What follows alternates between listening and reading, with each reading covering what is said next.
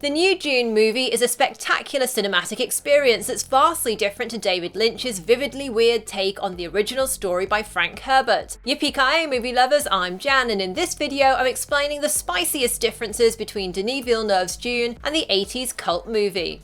Lynch and Villeneuve's films are worlds apart when it comes to the villainous characters of Baron Vladimir Harkonnen and his nephew Rabban, aka the Beast. Once you've seen the 1984 version played with maniacally OTT gusto by Kenneth Macmillan, who's covered in grotesque prosthetic makeup and zooms through the air, it's not something you're ever likely to forget. It is I, Baron Vladimir Harkonnen, who encompasses his doom! Stellan Skarsgård gives a more subtle, less caricatured take on the character, making him memorable more for his quietly menacing manner than his gruesome, cartoonish ways like the original film. Even how he rises into the air feels more ominous than the exaggerated zoomy way it happens in Lynch's movie. For Villeneuve, Skarsgård's eyes are the key to his frightening performance, as you feel the Baron's always thinking, tense and calculating deep inside. The first time we see him, he's hidden by steam, giving the scene a really atmospheric feel, and reminding me of the shadowy scenes of Marlon Brando's Colonel Kurtz in Apocalypse Now, as well as the helmetless Darth Vader.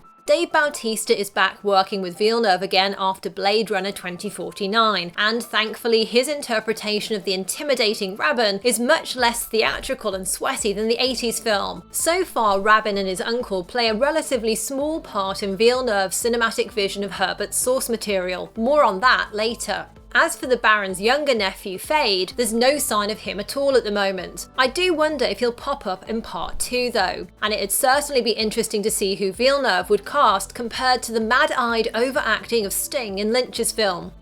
Despite Dune's dangerous dog-eat-dog world, there's one creature that seems pretty much safe at all times, and that's the House Atreides pug. Whether sitting patiently at home, travelling through space or venturing into battle, the cute royal canine always seems pretty chill, even if his presence in the film seems a bizarre choice for a grand space opera aiming to be Star Wars for grown-ups, as Princess Irulan actress Virginia Madsen called it. Though we may never know exactly why Lynch made this weirdly memorable and often beloved addition to the world of Dune, it may have something to do with this particular breed's long association with emperors, royalty and the upper echelons of society, from ancient China to Renaissance Europe and beyond.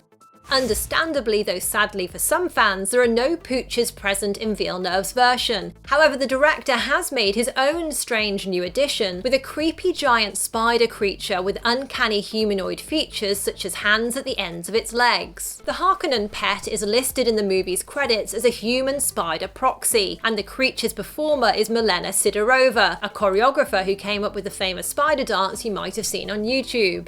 The spider creature appears to understand human communication as it responds to the Bene Gesserit Reverend Mother when she orders it to leave the room. And this has led many fans to speculate that the Harkonnens turned Dr. Yue's wife into the spider. It's a plausible theory given that in the original source material her fate was never known, although spoiler warning now for character fates in Dune 2021 going forward, the Baron implies that Yue's wife was dead at the time he kills the Doctor. I said I'd set her free, that you could join her. So join her. The character of Duncan Idaho, played by Jason Momoa, is hugely improved in Villeneuve's version, getting more screen time, and his relationship with Paul is better developed than in Lynch's movie, where the two characters share just a couple of scenes. Villeneuve has described his Duncan as a kind of big brother character who Paul idolizes. Momoa's Duncan also gets an epic fight scene where he sacrifices himself to take down a slew of Sardaukar warriors to buy time for Paul, Jessica and Kynes to escape. And it's a pretty badass moment when he pulls a sword out of his chest and takes out another bunch of baddies before eventually keeling over. Duncan's death in Lynch's movie is much more anticlimactic, with a projectile slowly penetrating his defensive shield. And those Holtzman energy shields were one of the oddest things in the 80s movie, with the Roblox-like polygon shapes surrounding a character, making scenes such as Gurney and Paul's fight training just a mass of blurry forms facing off, then piling on top of each other. Thankfully, special effects have massively improved since then, and the personal shields in 2021's movie are much smoother and less blurry, so you can still see the characters clearly enough. Kyle MacLachlan didn't do a bad job as Paul given the material he had to work with, especially all those endless internal monologues he and several of the other actors were forced to bring to life. However, Timothée Chalamet's Paul and his path to becoming the super being known as a Kwisatz Haderach is much better developed. First of all, although Chalamet was in his early 20s when filming, Paul is around 15 to 16 in the original book, and the actor plays the part of a somewhat inexperienced teenager thrust into a deadly world of political maneuverings much more convincingly than in Lynch's movie. Considering that originally it's supposed to be a coming-of-age story, Lynch's Paul feels much more like the man in his 20s that the actor was at the time and too self-assured. Also, the way that Villeneuve foreshadows Paul's connection to Arrakis is teased more elegantly. For starters, Paul's visions of Dune and his future there are clearer, more nuanced and detailed than Lynch's more cryptic, clunky visions. Also, Villeneuve has added more depth to scenes such as a sandworm attack on the crawler. In the new movie, as Paul gets out of the ornithopter, he becomes entranced by the desert while hearing mysterious voices chanting. In Lynch's film, Paul never gets off the ship, and instead simply gets a little intoxicated by the smell of the spice the men bring in with them. Spice. Pure, unrefined spice. The look of Villeneuve's worms is also quite different, and the director explained to Empire magazine that it took over a year to come up with every little detail that would make such a beast possible, from the texture of its skin, to the way the mouth opens, to the system it uses to eat its food in the sand, and to find the perfect shape that looked prehistoric enough. Overall, the new sandworms seem even larger than Lynch's version, which was more closely based on the original designs by the book's illustrator with its distinctive three-lobed mouth. Something we didn't get much of in the 2021 movie was worm riding, with only a small moment at the end where Paul sees a Fremen riding a worm in the distance. Desert power. In Lynch's film, Paul memorably rides a worm, and the creatures are used as part of the Fremen resistance and attacks on the Harkonnen occupiers. Because this happens in the latter part of the story, it's safe to say that we can look forward to Timothée Chalamet riding a giant worm in the sequel.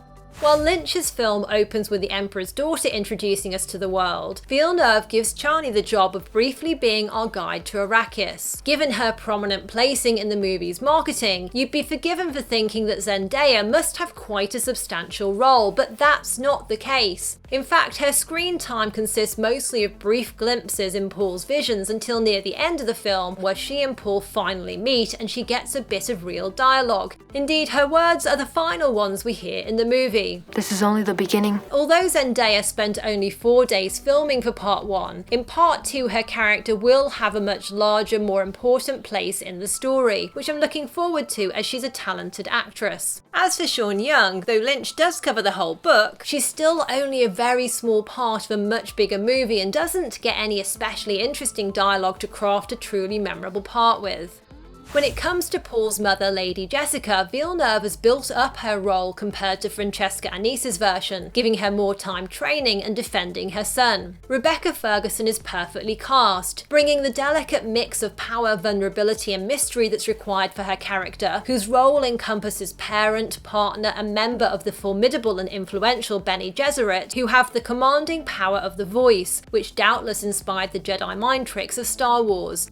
Another character who gets more screen time in the new movie is Dr. Kynes, and compared to Max von Sydow in Lynch's movie, Sharon Duncan-Brewster goes out heroically, exacting revenge on the colonizers ravaging her planet. I serve only one master. His name is Shai Hulud. Sometimes Lynch's Dune feels more like a collective hallucination or weird fever dream that I had, rather than a film I actually watched. Its frequent wacky visuals and garish aesthetic certainly give it a very distinctive look, which has its fans. The latest film's look, however, is wildly different, more David Lean, specifically Lawrence of Arabia, than David Lynch, with touches of Apocalypse Now, Villeneuve's own Arrival, and cinematographer Greg Fraser's Rogue One. There's plenty of lavish, sweeping vistas and arresting visuals, but the director never loses a sense of what really matters, his characters. And the film's muted, more natural-looking tones make its pops of colour stand out, but in a grounded, more realistic way.